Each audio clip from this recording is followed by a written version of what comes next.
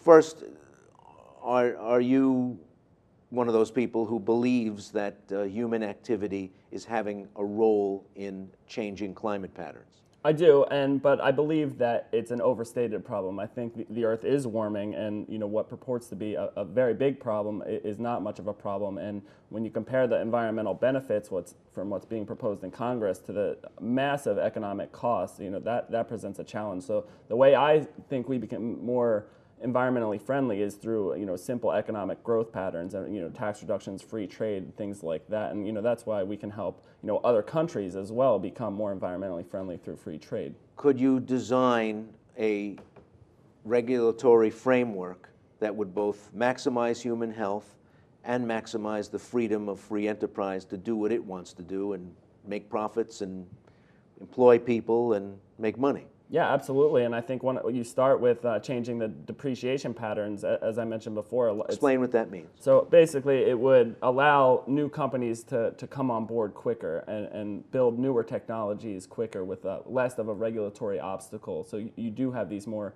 energy efficient companies coming on board. And like I said, you have packaging companies and Walmart's reducing their costs through more energy efficient and environmentally friendly packaging and things like that. So you see the free market reducing environmental waste all the time. So you're saying that enterprises stick with machinery and processes that pollute, that make a lot of dirt, because they're still depreciating their old equipment and are reluctant to buy new things. Absolutely. Javier, how do you design a regulatory scheme, a relationship between the government and those organizations that make and process things that both leaves people healthier, doesn't make them sick in the first place, and still allows business to make money and create jobs? By moving from a fossil fuel economy to a clean, renewable energy economy. That's the way you do it.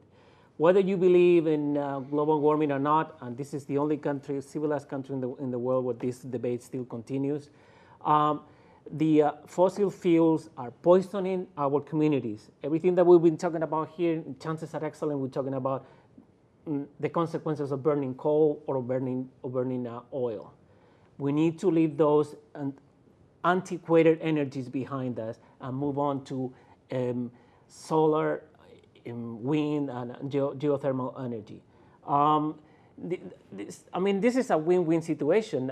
They tell us that moving into these new sources of energy is going to be a huge tax on especially on people like the Hispanic community, when it's going to be the complete opposite. This is going to create millions of new jobs, especially in the sectors of the economy that employ the most Latinos. How does it help us fix what's already been made filthy and what's already been made dangerous to human health? Well, as Nick was saying before, technology is the one that helps us to do these things. Let's remember, just the first time that cell phones were launched in the United States was around 1985. They were as big and heavy as a brick.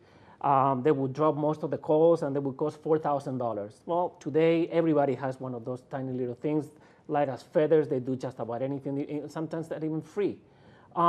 Why? Because it's a good technology, because it's useful, because people find it useful. It's the same thing that is going to happen with alternative sources of energy that are clean, that are renewable, and they are from the United States. What do you think of Javier's proposal to start getting fossil fuels out of our economy?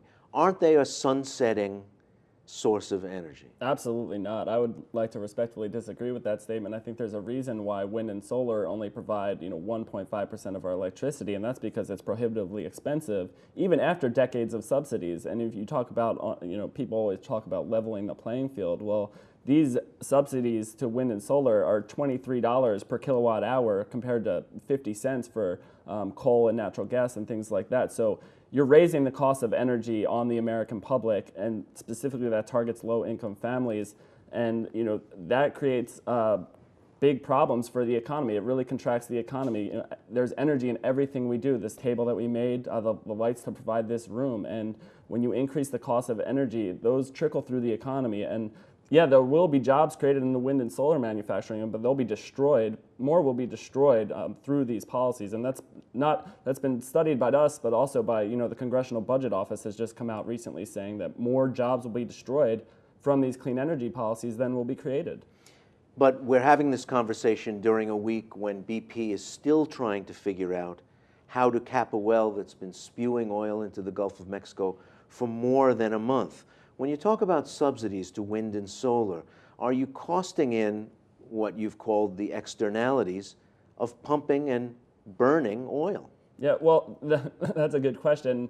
And oil doesn't provide a lot of our electricity. That's one thing. Well, coal does, and it's just oil in another form. Sure, I guess so. Dealing with this oil spill, it's such a rare occurrence. And the BP is willing to pay for this entire thing, and as they should.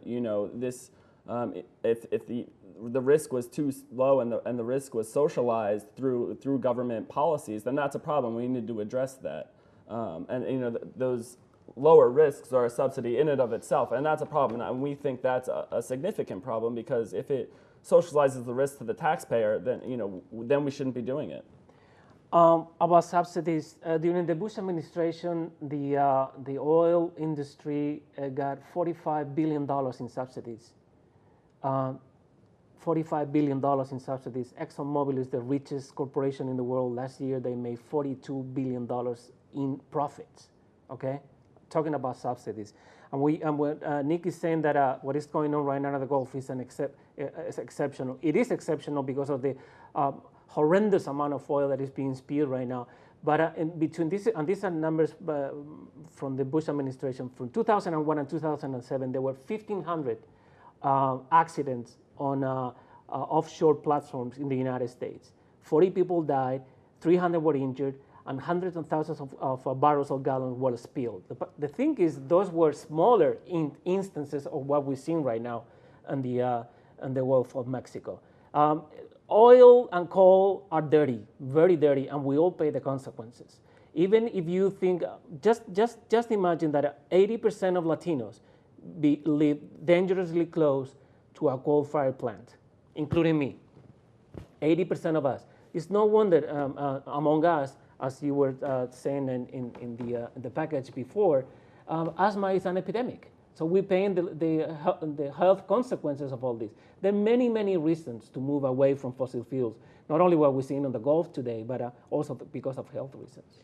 And I'm not kidding. Do we cost into oil, not coal, because most of that's onshore, but oil, which is mostly imported now, the cost of the United States Navy, protecting the sea lanes that bring oil from the furthest reaches of the earth to American shores to be refined into petroleum products. I mean, oil costs us a lot of money too, doesn't it? Sure, absolutely, but it's still much cheaper than any alternative that we have available. And I don't think we should shut down our offshore oil production because we get 30% alone from the Gulf. And we don't have a low-cost alternative available today. And if we don't get it from our shores, it's going to come from tankers all over the world, and they are more prone to spills, and that's a problem. So if we don't get it from off our shores, we're going to be getting it from elsewhere. That's precisely why we should end our addiction to oil. We have never said that this should be a sudden change. This should be something that is going to be a process, that we're going to be learning from it, that we need to invest in it. If we spend $500 billion in importing oil every year from countries that really hate us, and this is the money that we don't have anymore, that we have to borrow from the Chinese, and then we give it to the Saudis, all right? And then our children and our grandchildren get stuck with the debt. That price of oil is not computed into what he was talking about, whether it's cheaper or not. That is not, but we all pay for that.